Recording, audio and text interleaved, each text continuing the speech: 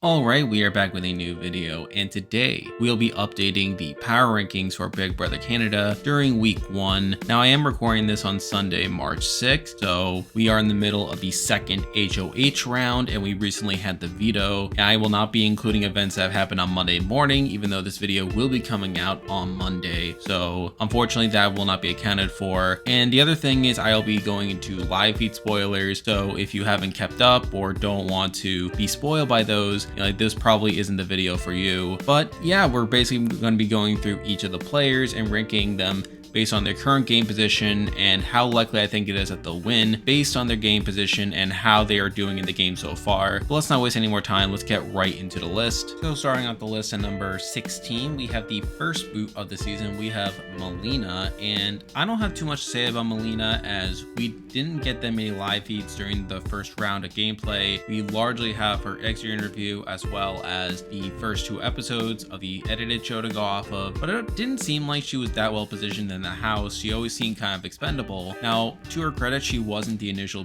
target. It seemed like Jessica or even Kevin had a chance of being targeted over her, but by the time Jessica won the veto and used it on themselves, it became pretty apparent that Melina was going to be the first boot. Also, there's the fact that she did get technically several votes to save her, but even then, like, Jessica and Jay have admitted afterwards that it was more so to oppose Herman's current power structure as opposed to any meaningful effort to save her. They knew that she was going home, so those votes don't really mean too much. But at the end of the day, I don't have too much to say about Melina as a player. She didn't really play that well. She wasn't really in the core of things, and it isn't too surprising she's the first boot here, so I have her here at number 16. And with that, we are moving to the 15 players still in the game, and like I said, I'll be ranking them based on how likely it is that they'll win the game from this point. But at 15, we have the person who is most likely to be evicted on Thursday night. We have Jay, and it's sort of unfortunate that we're losing one of the 2 non-binary players at this point, but if we're looking at their position right now, it's not particularly great. Obviously, they were one of the votes for Melina to stay, but as I said, it wasn't really to protect Melina. It was more so to oppose Herman's current power structure and to make sure that she didn't go home unanimously. Afterwards, we see them really socializing with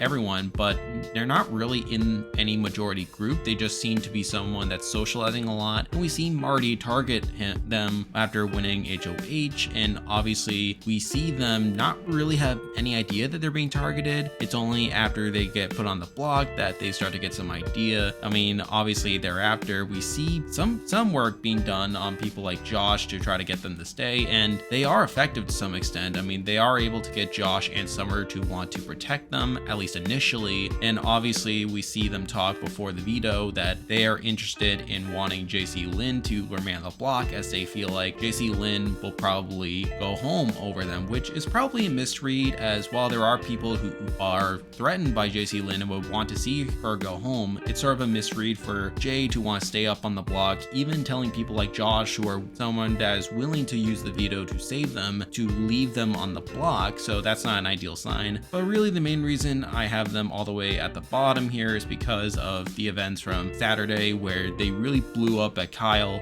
They told Kyle that they're planning to target him if they stay in the house, which isn't great. And then obviously this whole argument sort of blows up. People start to recognize that Jay is someone that wants to target Kyle, and while Jay is trying to plant a target on Kyle's back for being a part of this God's Alliance, there is a sense around the house that they want to take care of Jay, really get them out, and especially from people like Kyle, who are now incentivized to target Jay. And while there are people that were previously talking about wanting to keep Jay around to cause some chaos, people like Betty, we're starting to see at this point that they'll probably end up voting to evict Jay, as it's becoming harder and harder to defend Jay without really drawing a line in the sand and really asserting themselves as opponents to Marty and Herman and a lot of this core power structure at this point. So it's really going to be a big ask for even some of Jay's allies to keep them in the house. So it's a really precarious position for them, and it's just not looking good at this point. They have a very good shot of being evicted on Thursday night unless something radically happens, or unless people like Josh are really willing to make a move, which I don't think is particularly likely right now. So because of that, I have Jay here at number 15. Now moving on to number 14, and these next 2 people were pretty close, but I decided to go with the person that had less allies in the game, and here we have Jessica.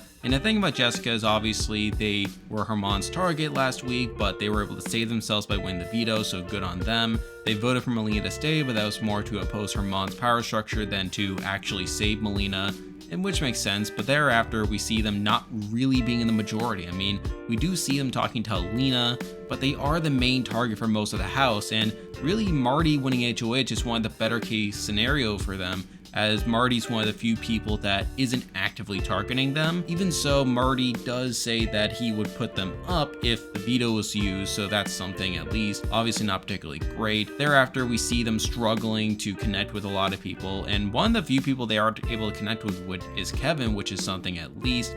We see them talk to Tanisha, talk to Kyle, seems to connect, but Kyle still sees them as a big threat, and obviously a lot of the house sees them as a big threat. I think one issue that they have is they really come off as condescending to a lot of people, maybe unintentionally, but that is something that is preventing them from really getting into the majority and building deep, solid bonds. And to their credit, they're able to convince Marty to not have them as a replacement nominee if the veto was used, which obviously ends up happening. Marty says that he would target Stephanie if the veto is used, but then later changes his mind to Kevin, so that's something at least. It's good on Jessica that they are able to get the target off their back through Marty, but I still feel like they don't have that many allies in the game, and I feel like if someone else were to win HOH moving forward, there is a likelihood that they will be the target moving forward. It still seems like a number of people see them as expendable in the game, as someone that isn't really aligned with anyone, and there doesn't seem to be much benefit to them staying in the game for a lot of other people's perspectives. So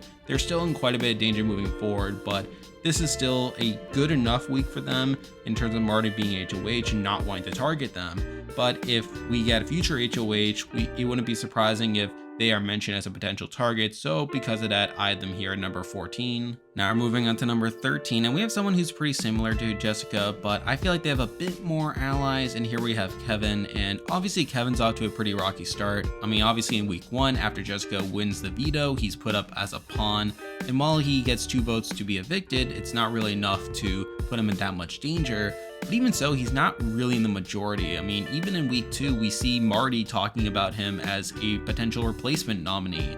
And even now, he probably will be going up as a replacement now that jclynn has won the veto. And there was even a possibility in the last few days that with people advocating for Jay and jclynn to stay, that there is a chance that Kevin could actually be evicted if he ended up on the block. However, I feel like things have really changed over the last day. I mean, while he is still probably going to go up on the block once jclynn uses the veto, I feel like with Jay really putting himself out there and really making themselves a pariah, it is likely that Kevin will actually stay at the end of the day. Now, is it a guarantee? No, but it is something at least. But the main reason I have him above Jessica is I feel like Kevin at least has a bit more allies. I mean, he is close to Kyle. I mean, we see him really open to Kyle about his knowledge of the game. And he is also close to Helena, someone who probably will be utilizing him in the future if it allows in order to create chaos. And I feel like that is something in Kevin's favor. I feel like Kevin has more options moving forward than Jessica. Whereas I feel like Jessica is sort of on the outside to the point where they are probably going to be an easy target at some point. But with Kevin, I feel like, yes, while he could still be targeted moving forward, I feel like there are people that are willing to work with him. And through that, while he will end up on the block this week, I feel like he'll most likely stay. And if he's able to stay, then I feel like he could really work himself into alliances, especially if the men's alliance and some of the others within a lot of the majority start to crumble. He could really find himself in there through his close relationships there. But again, at the end of the day, he's not really in the core, and he is still going on the block, and he was obviously targeted to a degree earlier this week and put up on the block last week, so I can't have him too high, and because of that, I have him here number 13. Now we're moving on to number 12, and this is where things get a bit more ambiguous. However, I decided to go with the current HOH this week. We have Marty, and yes, he did win HOH, which is good on him. However, I feel like he's not really utilizing it as effectively as he should have. Now, some of that is probably because he assumes he's really deep in the majority alliance. I mean, he does seem to have a bit of a relationship with Moose and Gino and Kyle. However, he's not really in the core of the majority, even though he thinks he is. Now, to his credit, he does try to solidify his grouping of Gino, Kyle, and Moose. However, I feel like it's just not enough, especially with him being the second HOH. And obviously, I feel like through that, he is being said to be taken out at some point for being expendable. I also feel like he is kind of playing it safe this week, where, like I said, he's one of the few people that doesn't want to target Jessica. However, even then, like, we see him kind of change his mind a couple times. We see him shift his target towards Jay and jclynn, but obviously jclynn wins the veto, and through that, he's sort of forced to put up Kevin. I think one thing that really highlights his ineffectiveness in the game is that apparently during the HOH comp, he made a deal with Stephanie that he wouldn't put her up, and that seems to be the main reason he isn't going after her, even though most of the house would be fine with putting up Stephanie, which is okay, except he tells people when he's having his one-on-one meetings that he says that he wishes that he could put up Stephanie, only that he made this deal, which is the reason he isn't. And instead of people understanding that, these other people are wondering, well, why don't you just put up Stephanie instead? So I feel like that's not particularly great. And at the end of the day, I feel like the main reason Marty is as low as he is that I feel like he hasn't been as active in the game as I would like him to. Now, again, he could definitely move up a bit on this list, and I feel it's not as if he's doing nothing to solidify his position in the game. But I feel like he is someone who is playing a bit too passively and is someone who thinks he's in a much better position than what he actually is, which is a bit of a worry for me, and because of that, I have him here at number 12. Now we're moving on to number 11, and I feel like this person could be a bit lower on the list, but I decided to have him a little bit higher, and here we have Stephanie. And I guess the main reason I have Stephanie higher than Marty is that she is at least in the single person alliance, which has since been renamed the Retreat, so that's something at least. But I can't put her too high because she was a target going into this week. There are people that want to target her moving forward. She doesn't seem to click super well with the rest of the house, and I feel like that is something that I can knock against her. And we even had people sort of pressure Marty to target her, like both before the initial nominations and even now, like to put her as the replacement nominee if the veto were used. And some of that is on Marty's end, but I guess through that, I mean, obviously she makes that deal with Marty to where he wouldn't target her under any circumstances, and it seems like while there is pressure for Stephanie to be put up, it seems like Marty will uphold that end of the deal. Now, mind you, I don't think Stephanie really did that much to avoid being the target outside making that deal. However, that is something to her credit at least. But like I said, the main reason I have her above Marty is that she is at least in a core alliance, that being the Retreat. Mind you, I don't think there's any single alliance that's too powerful in the game, but I feel like the fact that she is in a solid core with that single person alliance is enough to put her here at number 11. Now we're moving on to number 10, and similar to Stephanie, I feel like this person isn't super well poised to be safe. However, they are at least in a core majority, they have built some allies, and they are an immediate target. So at number 10, we have Betty, and admittedly, I wanted to put Betty a little lower as it didn't seem like she was initially in the majority alliance. However, as time has gone on, she has built a solid group of people, namely with Summer and Tanisha and Helena as well. She is kind of in this man down alliance, which consists of some of the women. She was part of the group that wanted to see jclynn go, but obviously that went out the window once jclynn won the veto. And at this point, she doesn't seem to be that big of a target. However, there are people talking about being skeptical of her, like we saw her try to get more in with the Savage 7 directly, but that got shot down, and people are talking about how they don't really trust her, how she seems very intelligent, someone who just runs her mouth with information. So that's not a great sign at the end of the day. So I don't feel like she's in that solid of a position, and I wouldn't be surprised if she was targeted relatively soon. However, I do feel like she does have a couple of allies, which is enough to leave her here at number 10. Now we're moving on to number 9, and we have a bit of an interesting person to talk about. We have Helena. Now, similar to Betty and some of these other people we're talking about earlier, she doesn't seem to be within the core majority. However, she is someone who has been building a lot of deep bonds with people, and I feel like they are working to better their position. Now, while they aren't in the core Savage 7, she is someone that is in Man Down, like sort of the Women's Alliance. She's done a really great job of building bonds with a lot of the women, namely with Betty and Tanisha, but we have also seen her like talking about different options moving forward.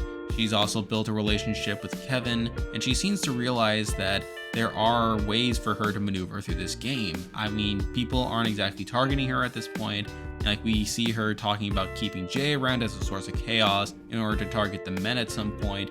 She recognizes certain threats, and I feel like through her socializing as much as she is sort of ingratiating herself to some extent, and I feel like that is something that can propel her moving forward. But the reason I don't have her higher is because she still isn't within the core majority group, and I feel like while she isn't being targeted for the time being, I feel like she isn't really in a dominant position at the time, so because of that, I have to sadly leave her here at number 9. Now we're moving on to number 8, and I contemplated putting this person a bit higher, but considering the number of people that are targeting her, I can't really justify it, and here we have jclynn. Now, the thing about jclynn is that she was put up on the block this week. Mind you, Marty intended her to be the pawn. However, we did see people like Josh talk about actually targeting her, and even some of the women who don't particularly trust jclynn, they would have been fine with getting the numbers together to vote her out. But then we see her win the veto, taking herself off, and that's something you can give her credit for. However, I feel like that is arguably a veto that she needed, as obviously without it, there are people that probably would have made moves to try to get her out. But to her credit, she is within some cores, like she is in the honey bunch, like there's that. She's also within the retreat, that's something else as well. She has been getting particularly close with Gino, although Gino certainly has other options. She also talks to Kevin about supporting each other once they're on the block, or potentially on the block. I mean, we see her trying to get some of the women together, but we see like a lot of the man down people really being indifferent to her, to the point where, like I said, if she stayed on the block, they would have definitely tried to get her out. So that's something at least. And I feel like even now, despite her being off the block with the veto, she is someone who probably will remain a target moving forward. I wouldn't be surprised if people from Man Down try to target her in the future, almost as a way of weakening the men or the core majority group. So that's definitely something that puts her in danger, despite her being in the core majority group. And that's really a big reason that I have her as low as number 8, as while she is someone who has a number of allies in the game, she is someone that has also rubbed some people the wrong way, to the point where they could possibly target her moving forward, and that's too scary of a prospect to have her too high on the list, and because of that, I have her here at number 8. Now we're moving on to number 7, and this is sort of a weird person to talk about, and I feel like this person has been playing mostly well. However, I feel like they had the potential to be targeted moving forward, and here we have Kyle. Now, I feel like Kyle's actually been playing relatively well so far. I mean, he is in the Savage 7, which is technically the core majority group. He's also in the Retreat, or the Single Persons Alliance, and we see him being close to a number of people. He's close to Marty, he's close to Kevin. He's also in a good relationship with Herman and Moose as well. Like, he is sort of in that loose grouping that Marty thinks is a core majority group, and we see him being pretty well positioned. However, he's also been sort of doing stuff that is making himself a bit of a threat. I mean, he is showing off his physical ability around the house. He's also been telling Kevin about his game knowledge, which isn't ideal. But the main reason I have him this low is because of what's happened in the last day, where Jay has really come forward and say that they would target him if they stayed. And while I feel like that is something that probably won't affect Kyle immediately, I feel like Jay will probably be evicted over Kevin or whoever goes up on the block as a replacement. I feel like people are sort of viewing Kyle as this big threat, and we hear people talking about the Guys Alliance at some point, and Kyle has sort of become the center icon of that idea. And I feel like if we see some of the women or Man Down start to come after that group moving forward, then I feel like Kyle could be in a lot of danger through that. Now, to be fair, Kyle has been playing relatively well up to this point, and I could see him doing stuff to lower his threat level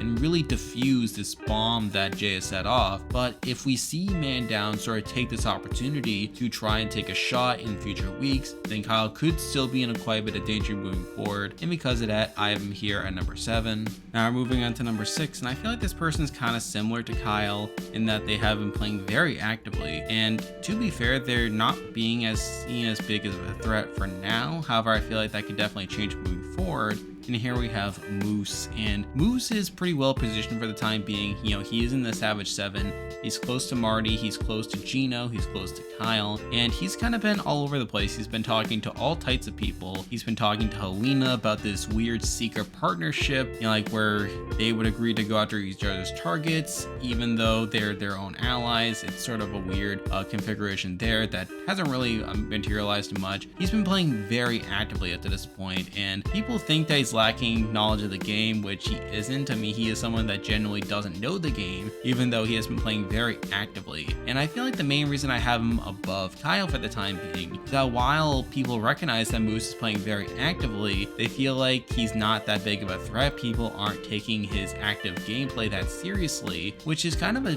favorable position for him to be in. And obviously with him having his relationships, I feel like he is decently positioned for the time being. However, I can't have him too high because I feel like, yes, while people aren't taking him seriously now and people aren't seeing it as big of a threat, I feel like if he keeps it up, or if he starts to make some missteps, then people could start to catch on to his game and through that become a target. Like, it's sort of insane how much he's working the house right now, and that the fact that he hasn't become a target yet is sort of surprising to me. But I feel like if he does keep it up, that there may come a point where he could start being targeted. That's enough to leave him a number 6 on this list, but I'm still kind of impressed by the game that he's been playing up to this point. Now we're moving on to number 5, and we have another interesting person to talk about. We have Herman, the first HOH of the season, and I know we didn't get live feeds for a lot of his HOH reign, but from what we saw on the show and from what we heard afterwards, it seems like he is in a alright position where he is in the Savage 7. He's also in the Single Persons Alliance. We see him build a pretty good bond with people like Moose and Kyle, which is pretty good. Now, in terms of him as an HOH, I feel like it was good on him to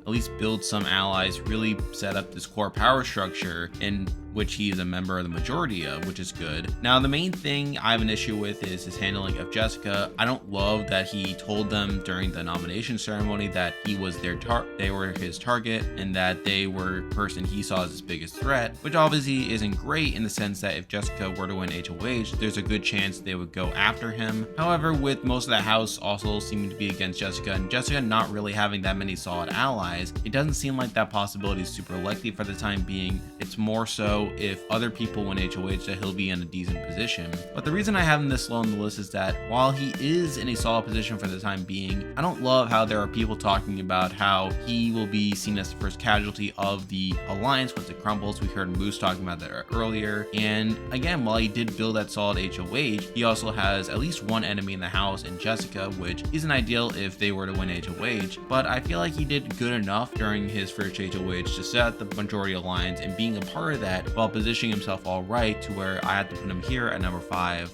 Now we're moving on to number 4, and I feel like these next two people are relatively similar in that they aren't necessarily dominating the game or even in the best position, but I feel like they're in a position to where they can significantly improve their standing in the game. But at number 4, we have Tanisha, and Tanisha has been doing pretty well so far. I mean, she's in the Savage 7. She's been doing pretty well socially, even though she hasn't been that active, and she's just been kind of going with the flow with the things. Marty chose her to go to Wendy's, which is pretty good. And obviously later on we see her as being part of Man Down, the Women's Alliance. Now, she does say her primary loyalty is to the Savage 7, however, she definitely has a number of options moving forward. And I feel like I've been enjoying seeing her so far navigating the game socially. We heard her talk about different options, such as keeping Jay in the game as a source of chaos, and she's also been talking to Betty and Olina about getting the votes to evict jclynn, although that didn't really come through. And I feel pretty good about Tanisha. No one's really going after her, and I feel like she's in a position to significantly do better in the game moving forward.